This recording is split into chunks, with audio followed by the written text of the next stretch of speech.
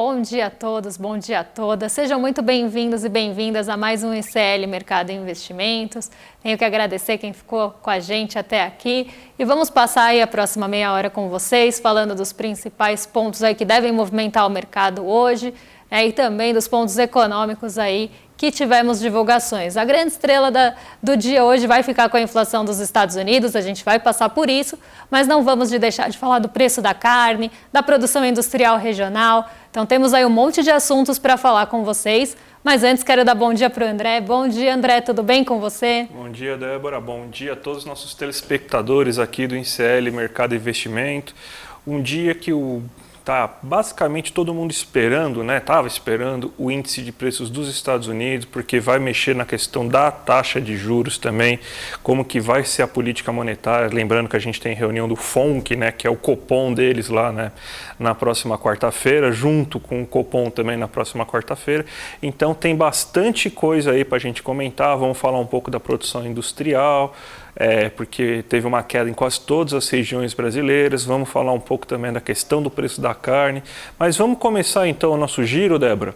Vamos começar já falando aí do que aconteceu na Ásia, tudo que está acontecendo, como que a Ásia abriu, aliás, como que a Ásia fechou no dia de hoje, Débora? Como que foi o resultado disso? Olha, André, não tem como falar da Ásia hoje sem falar dos Estados Unidos ontem, porque foi justamente esse movimento que puxou a queda lá na Ásia. Então hoje a gente teve um dia bem aí negativo na Ásia, mas não foi por nenhum motivo específico da economia asiática ou de algum dado que tenha sido divulgado por lá. Na verdade, a Ásia repercutiu o movimento negativo das ações de tecnologia ontem de Nova York. Então Nova York ontem abre com um fôlego que não consegue manter durante a sessão.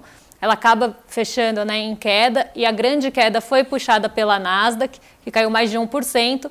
E essa queda da Nasdaq foi aí um reflexo daquelas ações da Oracle, que a gente tinha falado, inclusive, logo no começo do programa, que acabaram deteriorando durante a sessão por conta do balanço trimestral ter frustrado os investidores.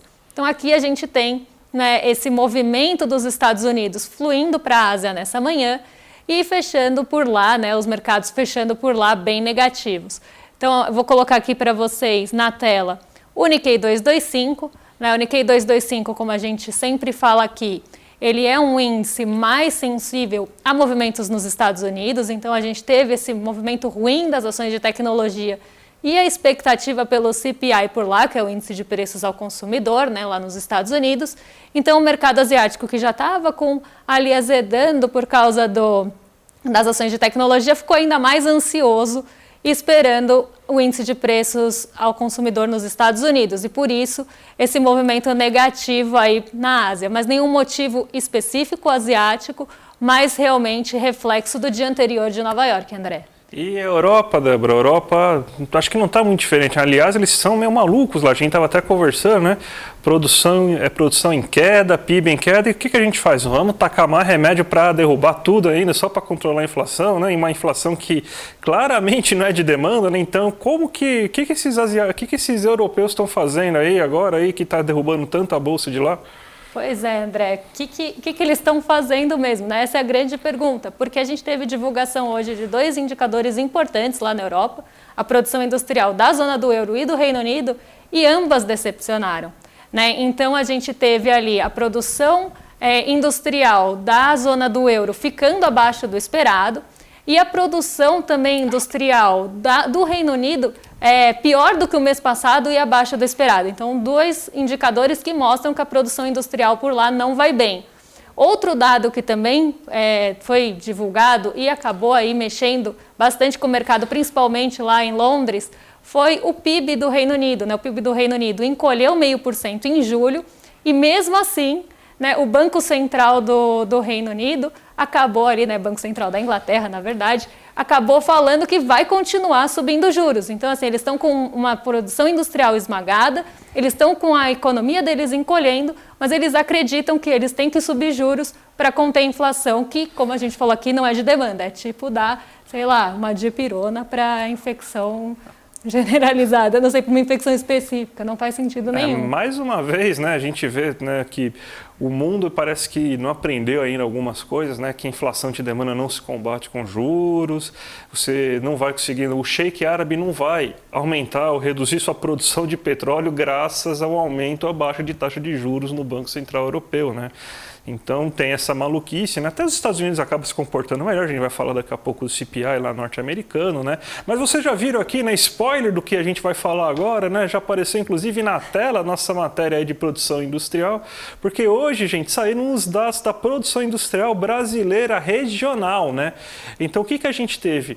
Pegaram 15 capitais, né? O IBGE divulga 15 capitais, pesquisa 15 capitais para saber como que funciona a inflação, comércio, serviços, e agora saíram os dados da produção industrial de forma regionalizada. A gente já tinha adiantado para vocês que o Brasil tinha tido uma queda de 0,6 pontos percentuais, 0,6%, perdão aí, gente, em relação ao mês anterior, e agora a gente tem isso por capital, por estado brasileiro. A gente colocou aqui um gráfico, montou um gráfico para mostrar aqui para vocês, né? Inclusive para vocês verem aí se o estado de vocês, como que ele está reagindo, né? Somente o Ceará teve uma melhora agora nesse mês, ó. A Amazonas, Pará, a região Nordeste como um todo aí tendo quedas consideráveis, ó. Minas Gerais, Bahia 6%, Minas Gerais também tendo queda aí de 0,9%, Espírito Santo 2,1%, São Paulo 0,5%. Isso aí é um reflexo bem grande aí da nossa situação industrial global, né? A gente está naquela fase, né, que a gente até está explicando já há algum certo tempo, Débora, que a gente não está nem no fato ainda de começar a aumentar a produção, a gente tem que começar a vender estoque, né? Então, para isso o comércio tem que melhorar, as pessoas têm que conseguir ter mais ainda para consumir, além de serviços, né? Então, daí primeiro tem que desovar esses estoques para depois começar a produzir novos estoques. E se você tiver, então, uma produção que tem uma demanda bem elevada, é que vai começar o investimento. Então, a gente está muito atrás. Então, esse processo vai ser muito lento, vai demorar muito. Depende de política industrial, né? E a gente está vendo, né? A indústria aí é o nosso patinho feio que está mais patinando aí no Brasil, né, Débora? Exatamente. E aí a gente também volta naquele ponto, né? Onde está a demanda? Porque não é, por exemplo, no comércio que ele está, e também não é nos produtos industriais, que tem todo esse ciclo ainda a se cumprir para a gente voltar a ter uma produção aí mais forte. Então aqui a gente volta no ponto que a gente estava falando, porque no final está tudo interligado, né? A gente falou da zona do euro, mas aqui e também da Inglaterra, mas aqui no Brasil não está diferente. A nossa produção industrial ela está com muita dificuldade de engrenar, justamente porque as pessoas não têm renda para comprar um item, e aí os estoques, como o André muito bem explicou, ficam parados e a gente não consegue aí dar tração nesse mercado. Mas uma notícia boa que a gente tem até para falar para vocês é do preço da carne, né? Que a gente vem falando bastante aí para vocês nesse período aí, né? Que a gente falou da disponibilidade, falamos ontem da inflação do açougue e a gente trouxe mais uma notícia para vocês aí desse mercado aí do preço da carne, né, André? A gente pode não estar produzindo bastante industrialmente, mas a gente está comendo mais carne esse ano, né? Pelo menos é uma boa notícia aí para o brasileiro. O churrasco de fim de semana está com maior volume e mais barato nesse momento. A gente vê que essa pesquisa aí que foi feita, ela está mostrando que o peso do boi, né, da arroba do boi, ele caiu 30% já nesse ano. E o preço do produtor final caiu 12%. Vocês devem estar se perguntando, não, mas por que caiu 30% o preço do boi, mas só foi 12% aí para o preço final? Existem duas explicações. Primeiro, que não é só o preço do boi, né, Débora, que explica o preço final da carne, porque existe toda uma série de cadeia produtiva para chegar lá, desde o boi que está vivinho lá no pasto, até aquela peça de picanha que vai chegar na sua mesa, aí no seu churrasco, na sua churrasqueira aí no fim de semana. Então tem toda uma série. Primeiro tem que abater o boi, tem que carregar a carne do boi até as grandes capitais, até o centro de consumo. Aí você tem custo de gasolina, custo de frete, você tem energia elétrica para produzir também, para você manter o abatedouro, manter o frigorífico e tudo mais. Então são diversos preços. E além disso, Débora, eu sei que a economia ortodoxa acaba não acreditando muito nisso, mas sabia que existe um negócio chamado assimetria? Sabe o que é assimetria? Que o que acontece, gente? Quando você tem, então, uma alta nos preços, geralmente o repasse é quase que integral, certo? Quando você tem uma baixa nos preços, teoricamente, a livre concorrência, o livre mercado, a mão invisível, né, que é, vamos dizer assim, o melhor amigo do nosso mercado, a mão invisível, faria com que os preços caíssem na mesma proporção. Mas o que acontece não é isso, existe uma simetria de repasse. O que acontece é que quando você tem uma queda, a queda geralmente não é na mesma proporção do que foi a alta. Por quê? Você está num setor oligopolizado, não existem tantos frigoríficos assim, não é um livre mercado assim pleno. Assim. O único lugar que existe livre mercado no mundo, gente, em que essas teorias liberais acabam funcionando, chama-se feira livre. Lá, sim, existe a concorrência, oferta e demanda, regula os preços. No resto, são outros 500 que regulam o preço. Então, você tem essa assimetria justamente porque é um mercado oligopolizado, e aí você tem, então, que as empresas, quando tem essas quedas, o que elas fazem? Elas pegam parte desse reajuste e colocam no bolso para conseguir aumentar a margem de lucro. Isso está errado? Não, é capitalismo. O capitalismo é assim, então o problema é o capitalismo, o problema não é a atuação do produtor, né? Então é assim que funciona o mercado, mas parece que é uma loucura, né, fazer isso assim, sendo que é a prática normal, né? Pois é, então a gente tem várias lendas urbanas, né? Eu estava pensando aqui enquanto o André falava que a gente vê por aí, né? Então tem, sei lá, a loira do banheiro, tem o homem do saco, né? E tem também a mão invisível do mercado, tem aquela também que eu adoro, negociar com o patrão. Então, assim, são várias lendas urbanas aqui. E a do livre mercado, né, dessa mão invisível que vai regular tudo, a gente vai falar, inclusive, um pouco disso mais para frente, mas a gente vê que não funciona bem assim. Né? Então, claro que se tiver uma forma de maximizar ou de aumentar o lucro, embolsando um pouco dessa queda, os varejistas ali, como estava falando a própria notícia, vão dar uma segurada para tentar melhorar aí a sua margem. Justamente. Então, é a base, né? A base de qualquer mercado oligopolista, né? Que inclusive você compra mais barato porque o mercado é oligopolizado, mas ao mesmo tempo você tem essas assimetrias, né? Então, funciona assim a economia, não é? Se fosse uma curva de oferta e demanda, nosso trabalho seria muito mais fácil, né? Então, seria muito mais tranquilo. Mas a gente também tem aqui, Débora, uma notícia interessante aqui para a gente comentar um pouco sobre educação, né? Porque foi mostrado aqui um dado sobre educação básica que a gente tem, então, somente 1/3 dos gastos do investimento em educação básica do que países desenvolvidos realizam, né? Enquanto o Brasil gasta $3.500 por aluno ao ano, é isso mesmo, ao ano, a mensalidade que você, de classe média, está pagando aí para o seu filho, basicamente em 5 meses é o que o brasileiro médio gasta ao ano, enquanto a média mundial é de quase 11 mil dólares ao ano. Então aí a gente tem dois problemas. Primeiro que, se você não tiver uma educação básica de qualidade, a gente não vai conseguir ter um país melhor. E lembrando que educação não é para formar somente para o mercado. Vamos tirar um pouco disso. A formação tem que ser muito técnica, não sei o que. Não. Formação, primeira coisa que a formação tem que ser para formar bons cidadãos. Então, é o primeiro lugar que a gente tem que colocar. Segundo, por que a gente gasta tão pouco? Porque a gente não quer? Ou porque será que existem tantas travas aí, né, em relação a mecanismos fiscais para a gente realizar esses gastos, né? Aí é uma dúvida, é uma coisa que a gente precisa colocar, né? Porque toda hora a gente coloca travas para realizar aumento de gasto, daí fala, mas todo mundo precisa gastar com educação, então vamos aumentar os gastos com educação? Não, calma aí, mas e o fiscal? E o fiscal? O que a gente faz? Então, é aquela coisa, né? Todo mundo acredita, todo mundo fala que tem que gastar com educação, mas na hora do vamos ver, ninguém quer aceitar assim que se gaste mais com educação. Aí o risco fiscal esquece, saúde, educação e tudo mais, Débora. Pois é. Outra lenda urbana que eu adoro, essa também, do risco fiscal, principalmente quando a gente começa a falar de gastos, principalmente ou voltados para o social ou para uma educação, ou até para a saúde, já começa, mas o risco fiscal vai aumentar muitos gastos, a dívida PIB vai aumentar. Então, assim, né, a gente já conhece essa novela e não é de hoje. Então, aqui, outra lenda urbana aí que eu adoro, o mercado ficar repetindo aí.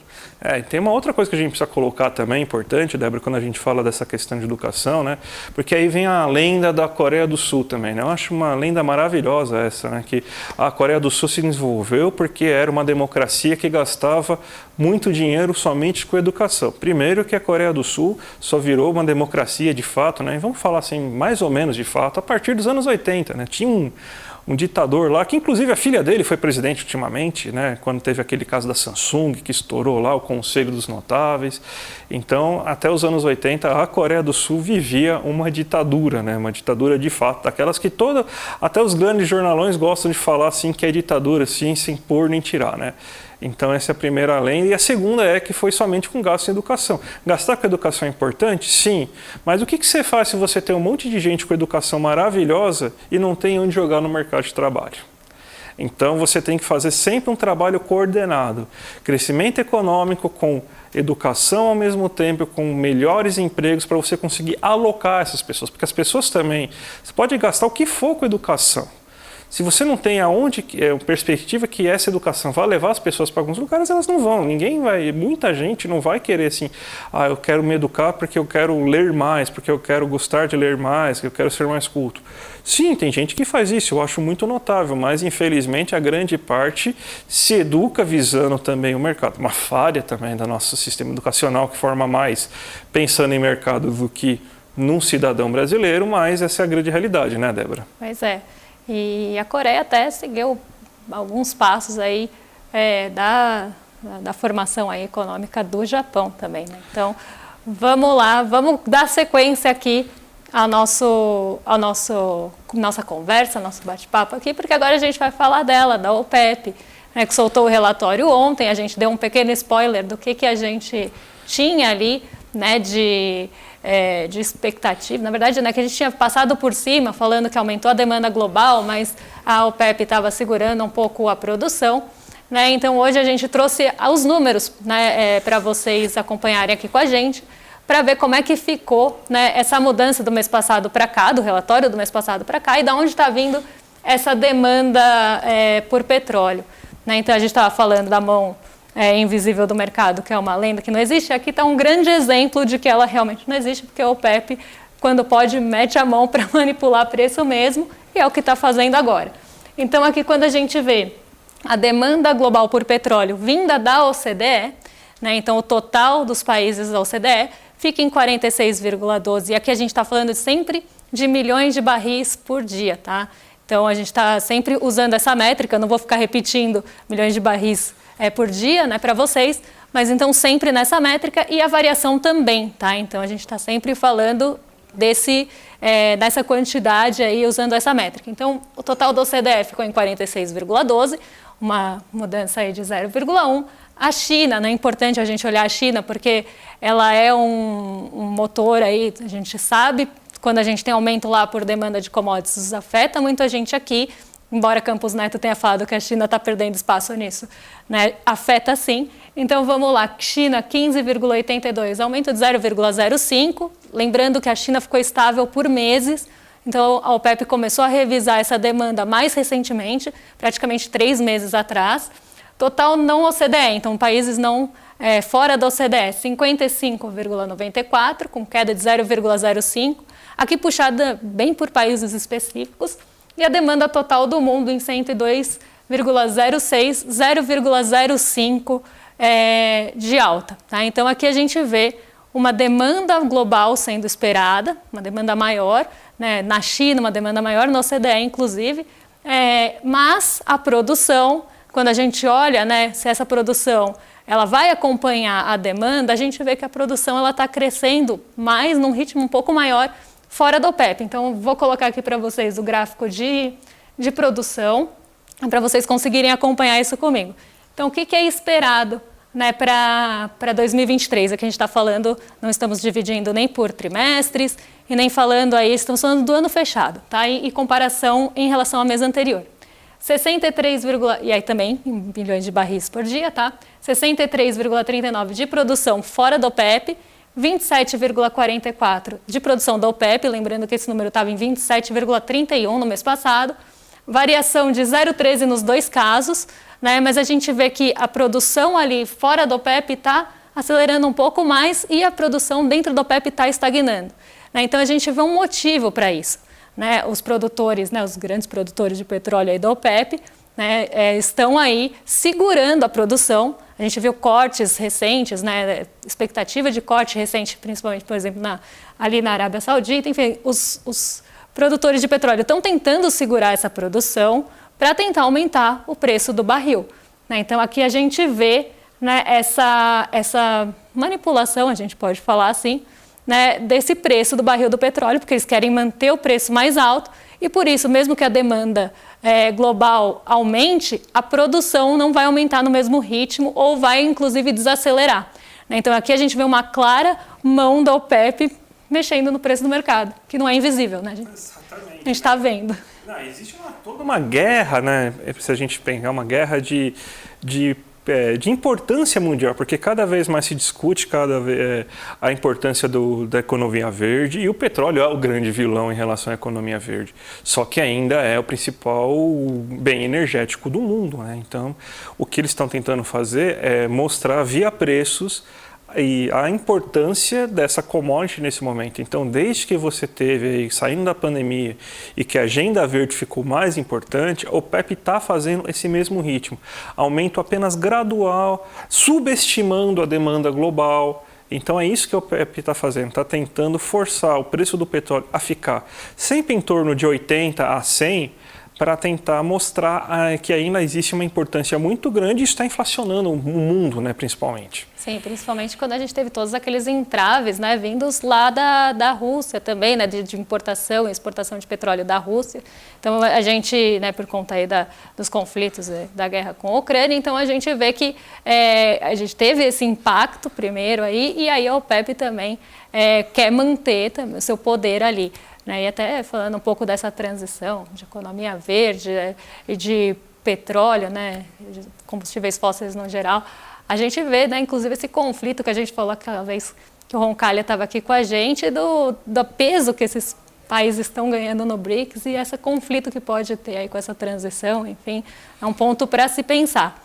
Mas então vamos falar agora do que a gente estava esperando, né, André? A estrela do dia, né? Saiu os dados de inflação dos Estados Unidos, o mundo inteiro, né, estava esperando os resultados, né?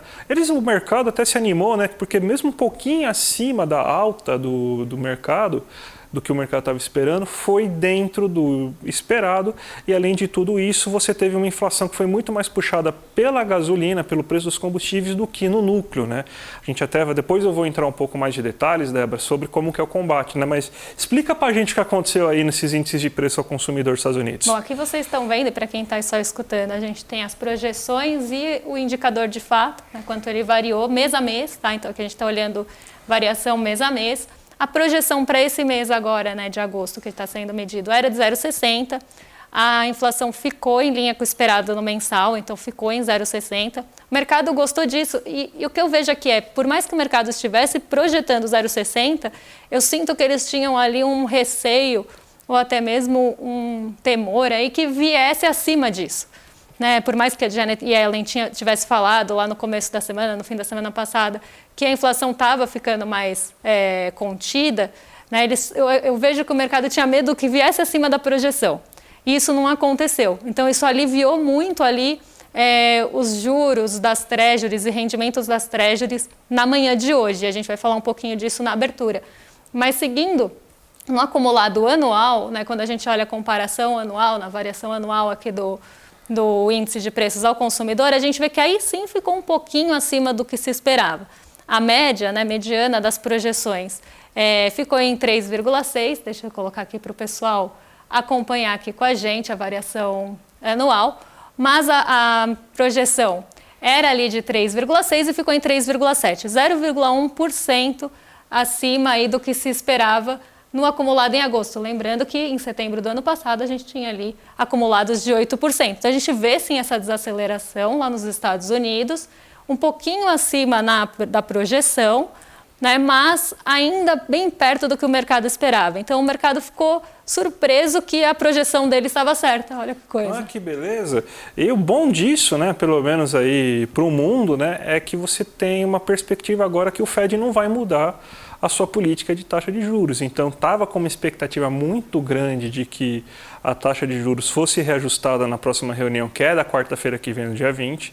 Só que com esses resultados, até porque, diferente do que acontece no Brasil, né, estava falando inclusive com a Débora agora de manhã, né, que o Brasil ele tem o regime de inflação à la brasileira. Né? A gente tem o capitalismo à la brasileira, temos as regras fiscais à brasileira, a gente vê dívida pública de um jeito que só o Brasil vê, né, nossos analistas econômicos, né, a gente vê dívida pública bruta quando todo mundo vê dívida pública líquida. Né? É que o número é maior, daí chama mais atenção, mas tudo bem. Né? E a gente também tem o regime de meta de inflação brasileira que olha a inflação em geral e não olha o núcleo da inflação, que é basicamente aqueles itens que realmente têm alguma sensibilidade com a taxa de juros. Então, se subir o gasolina lá, se eu aumentar a taxa de juros, Débora, o sheik árabe que contratou o Neymar e está precisando pagar o Neymar, por isso que está aumentando o preço do petróleo, ele vai aumentar a sua produção porque o Fed aumentou a taxa de juros? Não vai. Não vai aumentar a produção. Então, o que adianta ele fazer essa mudança? Então, o que eles estão fazendo é, o núcleo está estável, aqueles bens que são sensíveis à taxa de juros estão comportados dentro do que a gente está esperando, então não vão mexer na taxa de juros, né? Então, daí a gente vê uma certa diferença. Olha que eu sou um dos maiores críticos a esse modelo de controle inflacionário com taxa de juros, mas pelo menos é um pouco mais humano, um pouco melhor, né? Um pouco mais embasado o que eles fazem nos Estados Unidos, perto do que a gente faz aqui, né? Que não choveu, a gente vai colocar a taxa de juros, vai aumentar a taxa de juros para ver se chove um pouco mais na região centro-oeste para melhorar a produção de soja, que é basicamente a Selic, cacique, cobra, coral, que eu tanto falo aqui, né? Pois é. E aí a gente vê, né, esse movimento acontecendo lá, então o núcleo um pouco mais estável, também bem perto do projetado, né? E aí isso fez com que o CME Group, que faz ali um monitoramento, logo depois que saiu o índice de inflação, fez ali uma atualização do monitoramento, então agora 93% dos entrevistados esperam que a taxa de juros fique estável na próxima reunião do FONC, né, que é o Comitê de Política Monetária, tem outro nome, mas é como se fosse o Comitê de Política Monetária deles. Então, a gente tem essa expectativa aí de uma manutenção dos juros, isso já tinha até sido falado antes, e isso acabou batendo bastante na abertura de hoje, então eu vou colocar aqui para vocês como é que estão os mercados hoje de manhã, como é que está esse reflexo do índice de preços ao consumidor lá dos Estados Unidos no mercado de uma forma geral.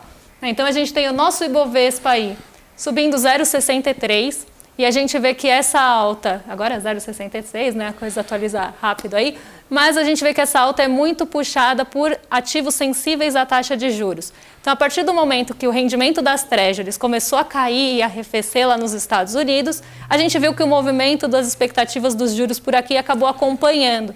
A gente fez, inclusive, um gráfico animado para vocês na última semana que mostra, né, que a gente, às vezes, tem essa correlação e segue junto em alguns momentos, porque o mercado futuro acaba tendo também uma sensibilidade aos juros dos Estados Unidos, e a partir do momento que essas treasuries caíram lá, esse mercado de juros futuro também caiu aqui. Então, a gente vê esse 0,65 sendo puxado aí bastante por ações cíclicas, ações mais sensíveis a juros, né? Então, a gente tinha esse movimento aí já esperado se a gente tivesse um CPI mais comportado, e isso acabou acontecendo. Nasdaq e S&P em alta, uma alta um pouco mais moderada, um pouco mais contida, até porque abriu agora um pouco depois, né? Mas a gente tem aí esse movimento um pouco mais contido por lá, mas um movimento positivo, e recuperando perdas de ontem, EWZ subindo 1,14 lá em Nova York, então essa bolsa em dólar, e o dólar caindo 0,87 hoje, aí agora zero, né, tá oscilando aí, mas perto de 4,91. Então, a gente vê que o que o mercado está esperando depois dessa inflação? Que os Estados Unidos vá manter aí a sua taxa de juros, então esses juros vão ser mantidos e talvez o corte venha mais cedo, né? Essa é a grande expectativa lá nos Estados Unidos, que o corte venha mais cedo. A manutenção já está quase como um consenso. Então, num momento que a gente tem aí queda nesses rendimentos de treasuries, né, o mercado começa a buscar outros lugares para buscar ganho. Espera-se que vá sair dos Estados Unidos e o dólar enfraquece. Então, aqui a gente vê um dólar mais enfraquecido frente ao nosso real. E o petróleo Brent aí mais estável hoje, porque ontem subiu bastante por conta do relatório do OPEP, a Petrobras ficou ali ficou no destaque positivo do dia. Então, a gente vê que hoje o petróleo Brent está mais comportado, porque o relatório do OPEP já fez aí o seu preço ontem. Perfeito, então, Débora. Acabou o dia, então, né? Quarta-feira, no meio da semana. Mas antes, gente, um recado para vocês aí, dia 28 de setembro, às 8 horas da noite, uma super palestra aí da Monja Coin. Palestra Como Lidar com a Ansiedade e o Estresse. Quem vai mediar? Nosso super Eduardo Moreira vai fazer essa mediação, né? Então, clica no link aqui abaixo aí, daí você já se inscreve aí para essa super palestra que vai ter no dia 28.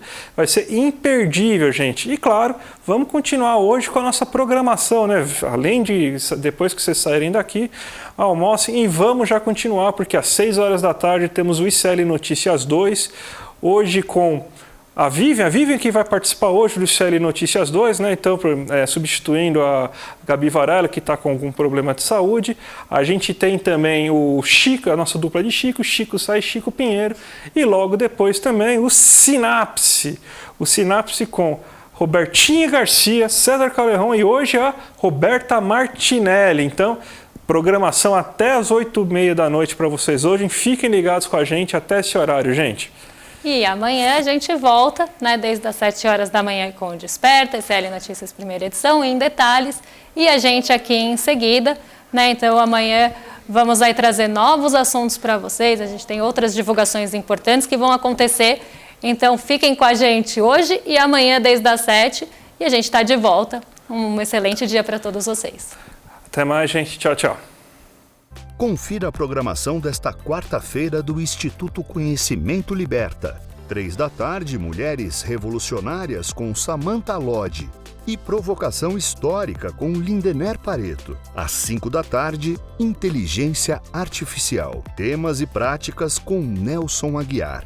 Às 6 da tarde, ICL Notícias, segunda edição.